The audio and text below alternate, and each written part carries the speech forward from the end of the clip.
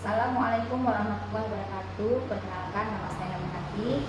Saya adalah fasilitator ibu-ibu kader pada siang hari ini. Baiklah, saya akan memberikan materi tentang aplikasi asik atau Set Indonesia, di mana aplikasi asik ini merupakan pencatatan pelaporan screening yang tidak menular yang telah kita laksanakan. Sebelum melaksanakan pengisian aplikasi asik, kita harus mempersiapkan screening yang telah ada untuk memasukkan data-data yang diperlukan di aplikasi CRP. Ibu-ibu semua, jadi aplikasi ini harus memakai HP Android. Silakan ibu-ibu semua mengeluarkan HP Androidnya, Bu ya. Baik, ibu semua buka Play Store, ya Bu. Setelah ibu-ibu semua buka Play Store, baru ada nanti di download aplikasi Set Indonesia, ya Bu. Udah Bu, udah dibuka semua. Nanti kalau udah dibuka, ibu install, nanti akan keluar bacaan Set Indonesia, ya Bu ya. Seperti ini Bu. Ini.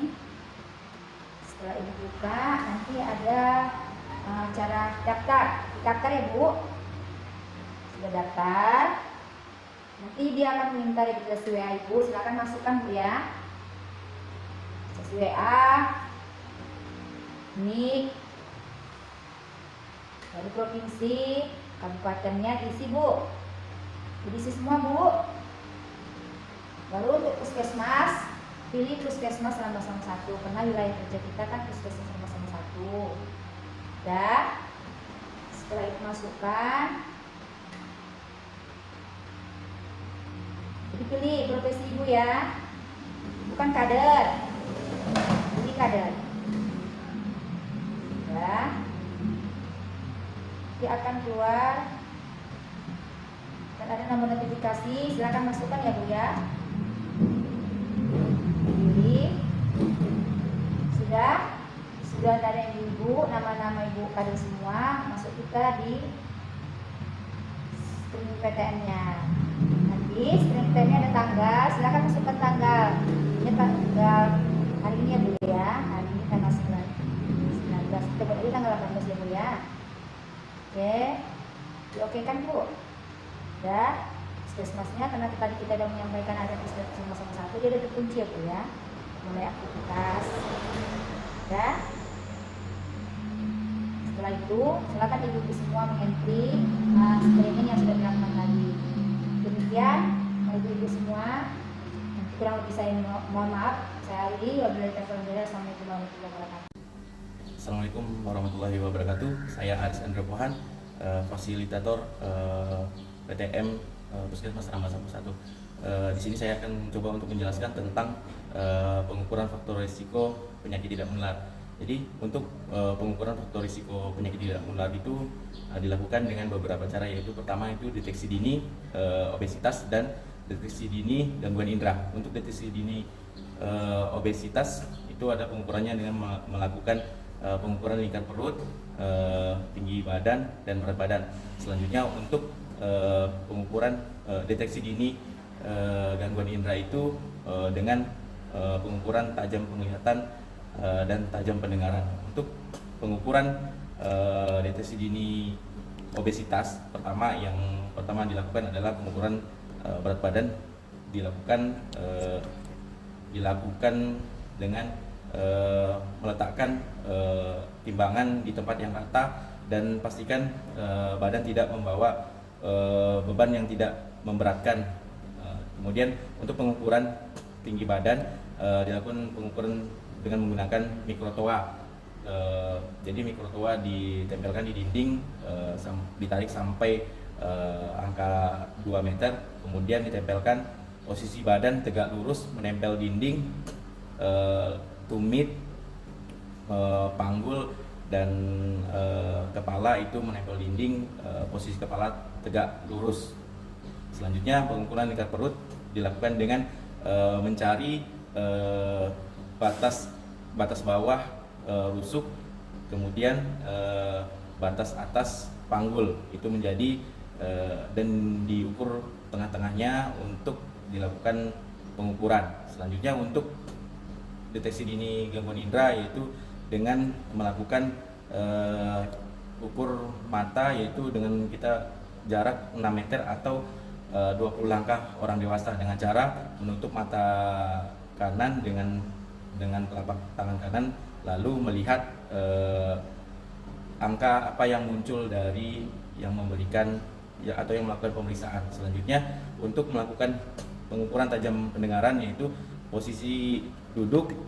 Dengan posisi duduk, si pemeriksa berada di belakang yang diperiksa dengan jarak setengah meter. Lalu kita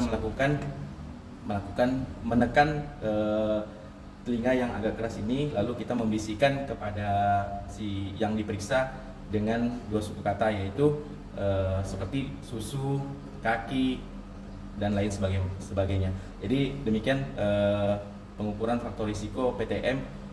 Saya Arsendra Pohan undur diri. Wabillahi taufiq wal hidayah. Assalamualaikum warahmatullahi wabarakatuh. Assalamualaikum warahmatullahi wabarakatuh. Perkenalkan, saya Dr. Hadi Salmi. Di sini saya akan bersama ibu-ibu sekalian, ibu-ibu kader sekalian untuk belajar tentang dan sharing ilmu tentang edukasi pada pasien-pasien dengan pasien tidak menular ataupun pasien PTM. Jadi di sini pada edukasi PTM ada beberapa hal yang perlu kita perhatikan. Ada 4 poin penting yang perlu kita perhatikan. Yang pertama itu yaitu aktivitas fisik, di mana pasien-pasien PTM dengan diagnosis seperti gula ataupun diabetes, kemudian kolesterol atau hiperdislipidemia, kemudian ataupun gangguan vaskular ataupun yang stroke, itu sangat erat kaitannya dengan aktivitas fisik. Di mana ibu-ibu kader sekalian harus mengetahui bahwa standar aktivitas fisik itu ada standarnya, di mana itu aktivitas fisik itu 5 kali dalam seminggu dan sekali aktivitas fisik itu sekitar 30 menit. Jadi nanti ada pasien-pasien kita yang kunjungan ke posyandu, ibu-ibu kader harus mengetahui bahwa aktivitas fisik itu minimal 30 menit 5 kali dalam seminggu.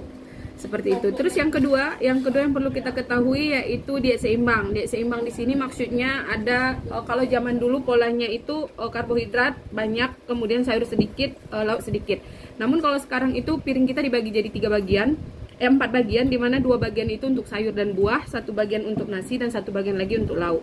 Seperti itu. Jadi pola piring ini yang harus kita tekankan, yang harus kita tanyakan kepada pasien-pasien kita yang sudah terdeteksi baik dia diabetes, kolesterol, stroke, ataupun pasien jantung ataupun gangguan kanker atau prekanker yang lainnya. Kemudian yang ketiga yaitu kebiasaan merokok, di mana kebiasaan merokok di sini tidak hanya difokuskan kepada pasien-pasien yang merokok aktif ataupun pasien yang menghabiskan 1 atau 2 bungkus dalam sehari, namun pasien-pasien yang merokok pasif ataupun di keluarganya ada yang merokok aktif, kemudian mereka terpapar oleh asap rokok. Di mana di sini pasien-pasien yang merokok nanti kita akan punya konseling dengan konseltor kita tentang cara mengurangi dan berhenti merokok. Kemudian yang terakhir itu yaitu kelola stres. Jadi di sini Bapak Ibu kader harus mencari tahu juga kira-kira pasien gula kita ini, pasien kolesterol kita ini, pasien stroke ataupun pasien jantung, pasien kanker kita ini kira-kira ada stresornya nggak? Stresor artinya di sini masalah yang memicu mereka akan berpikir lebih. Artinya mereka tidak tenang, tidurnya kurang, sehingga nanti tensinya akan naik, kemudian sel-sel kankernya akan bertambah dengan cepat. Seperti itu. Mungkin itu saja dari saya. Terima kasih. Nanti selanjutnya kita akan melakukan simulasi di mana saya akan memberikan skenario. Setelah saya memberi skenario, nanti Bapak Ibu akan mempraktekkan edukasi apa yang tepat pada skenario tersebut. Terima kasih. Sekian. Assalamualaikum warahmatullahi wabarakatuh.